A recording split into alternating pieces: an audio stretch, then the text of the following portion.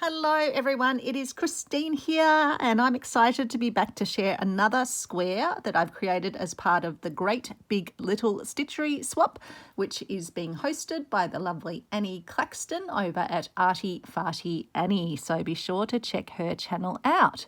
And there's so many lovely people from our stitching community taking part. And be sure to head over and actually subscribe to Annie, because I know she's planning to host another round of the Stitchery Swap in a number of months' time. I think somewhere around the November mark. So I'm still busily working away on my first round of Stitchery swaps. I took on 21 of them because I didn't want to say no to anyone.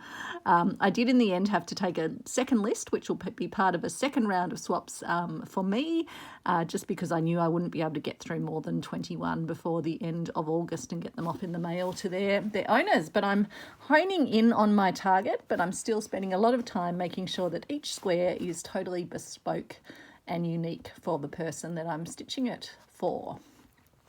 So the square I've got in front of me is for the lovely Shirley B, and the things I know about Shirley is that she loves either clear, bold colours, geo shapes, modern or folky art, that she otherwise likes jewel tones, boho, or sort of female images and style, and that fuchsia is her go-to colour, and that she also loves bling.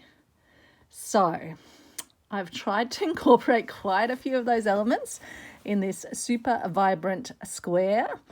I still couldn't resist making something a bit pictorial, so I've got my flower springing forth across the square, but I've used lots of fuchsia and fuchsia jewel tones, and I'll get to those in a moment. And I've brought in the sort of the pinks, so fuchsias ranging through to more sort of, I guess, fluoro pinks and pale pinks. I've brought in the bling, added lots of bling. I've added buttons. I love that it almost looks like either flowers or sort of fireworks exploding. And then I've had some fun with beads, sort of using different beads on the top and the bottom, and I'll talk about the sort of symbolism of those in a moment. It was very cute when Shirley sent me the square that she'd made for me. She had a little top on the top of it to tell where the top of it was, but she'll have the benefit of watching this video. So really, I mean, it could actually go a variety of ways. It could go that way. Could it even go that way? No, it probably wouldn't go that way. So I think it either goes this way or that way, I think. Yeah, I think they're the two options, but I've got it sort of going this way for myself. So let me talk you through what we've got here. So I've had fun using my Razzle thread from Sue Spargo Wonderfill, which is just a lovely, vibrant, it's got fuchsia that then sort of goes through more pucey colours into quite bright sort of red. So it's a really fun one. And so I used that on these leaves here to outline them and to do the veins. This is from my giant leaf fabric, which again is a sort of a fuchsia going into a reddy colour, but it's lovely, it's reflective. And the only thing is that the edges do tend to fray, so I had to just make sure I was sort of fully stitching and holding those down so they didn't fray. I've then used chain stitch in that Razzle thread up here.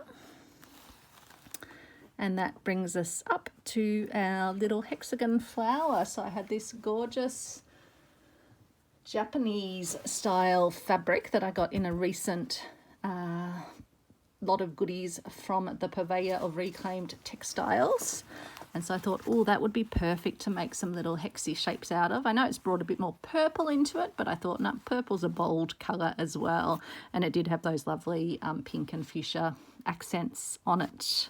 So I've made my little hexy flower there and just tried to sort of, the great thing about the Epiflex templates that I use, the little clear ones, is you can position them so that you can actually see through them, and then you can see what design you're going to get from your fabric.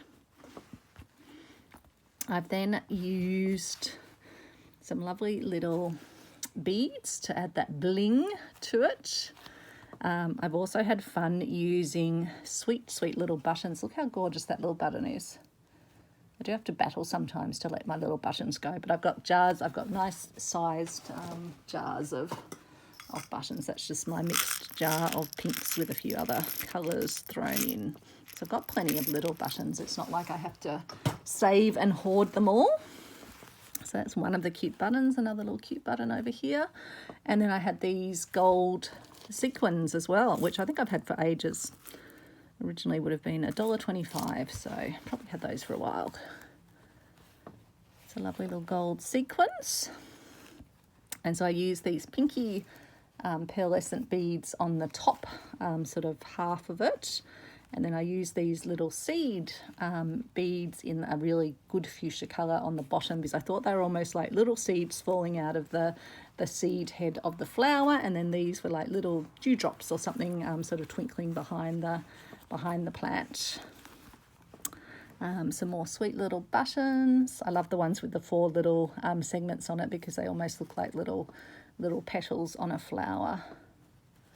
And so I stitched a lot of things down with just this 100% cotton Aurifil thread. It's just a really lovely fine, but works really well. It's variegated ever so slightly, and I've just used that, for example, to put my stitches around the outside. I didn't feel the need to do really ornate stitching around the outside, because there's so much happening in the piece itself. So yeah, that's the embellishments, the beads and the sequins and the buttons and the seed beads. And then those that have been watching me for a while know that I like to add my fun little elements. So I've got this little butterfly charm, I guess it was. It was probably originally a pendant, but I just have a box of things that I don't wear as jewellery, but things that I can then add into my pieces. And I've attached that with a little bit of the Wonderfil razzle thread, and when you pull that, something emerges from the pocket. So as you can see, the thing that's emerging is the same as the fabric that I've got in the background here. So let me just show you the fabric. How lovely is that? Again, I think this one came from the sewing layer. Yeah, it's a bigger piece, so that would have been from the sewing layer. And so you pull the little envelope out, and on one side I've got my little French laundry label stitched down with gold thread, and that spells out Love CO, my name. And then the other side's just left blank, because the fabric's just so lovely. I wanted to leave that to be enjoyed. And then it's a little envelope with a little note, especially for Shirley, inside. So I think that's a bit of fun. And the little pouch itself, as you might have seen in others, is just backed with some interfacing on the back of the hexie, so that you don't have the unfinished edges. So it's just an iron-on interfacing that you get a pell on, I think. I actually need to restock, because I've been getting through it, doing quite a bit of lining. Even this little pouch is lined as well, but then all the edges are turned in and stitched, and it's stitched over with gold thread as well as using the gold thread to stitch that down. So that just goes back in.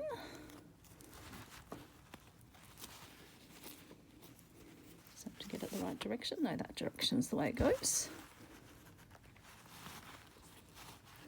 And the little butterfly then just dangles down like a little charm, or a little butterfly sitting on the flower.